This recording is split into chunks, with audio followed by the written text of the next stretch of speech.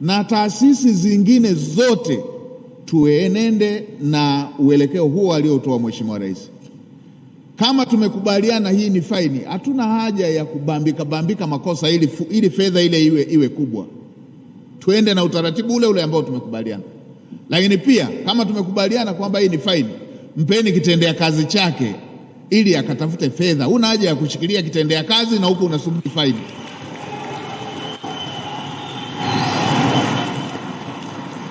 Wala mambo haya tusifanye ni ya ugomvi.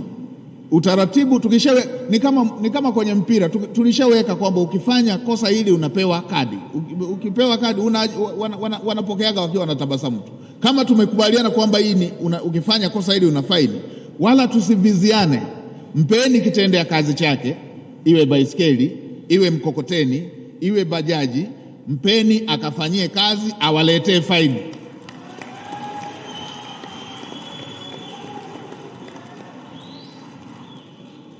Lazima tuheshimu ofisi za watu. Mheshimiwa Waziri, utajisikiaje ukiamka unaelekea ofisini kwako unakuta ofisi ilishachukuliwa au imefungwa?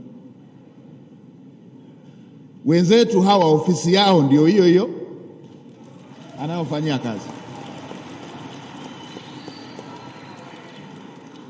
Wa usafirishaji, ule usafiri ndio ofisi yake.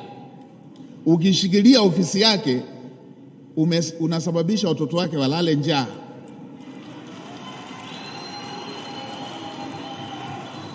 Unasababisha afukuzwe kwenye nyumba aliyopanga.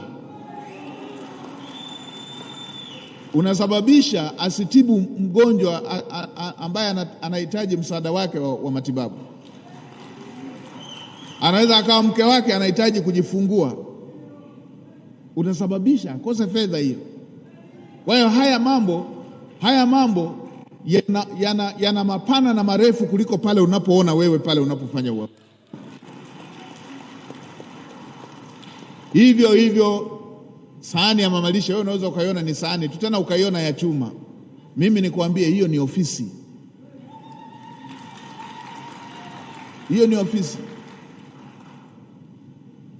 Mimi nimewahi tunzwa kwa miezi kadhaa na mke wangu akiwa anafanya hiyo shughuli ya mamalishe.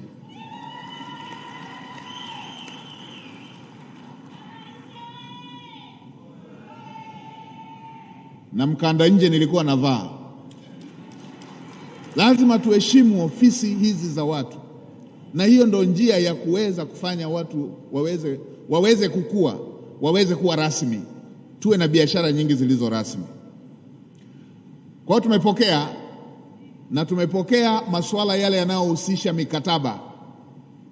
Masuala yale yanayohusisha mikataba tutayafanyia kazi, na nitumie fursa hii kuwatangazia kwamba pia zinatokea nafasi zinazohusisha masuala ya usafirishaji, na mengine yanatokea hata ya nje ya nchi.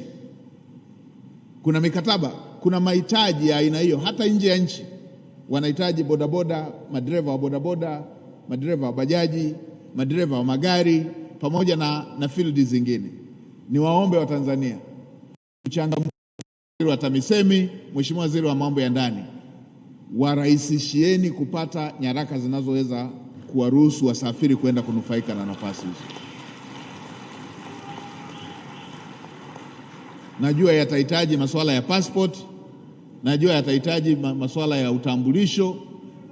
Shirikianeni na Wizara ya Mambo ya Nje, Wizara ya Kazi, Wizara ya Mambo ya Ndani, mharakishe michakato ya kuwawezesha Watanzania wanaopata nafasi ya kwenda kufanya kazi nje ya nchi. Najua hata sasa kuna mahitaji ya aina hiyo mengi tu. Shirikianeni wale ambao wako tayari, wale ambao wako tayari, shirikianeni ili wapate ile misaada ambayo inahitajika toka serikalini, ikiwemo mshirikiane na vyama hivi pia, uongozi wa haya makundi ambayo tuko nayo. Wale ambao wako tayari waweze kwenda. Na mimi niwaelekeze watu wa Wizara ya Kazi, msifanye maamuzi bila kuwashirikisha hata hawa viongozi ambao ndio wanawawakilisha hawa. Kuna wakati maombi hayo yanakuja, mnajadiliana bila kuwashirikisha wahusika, mnakataa bila kuwashirikisha wahusika. Hamtaki wenzenu wapande hata ndege?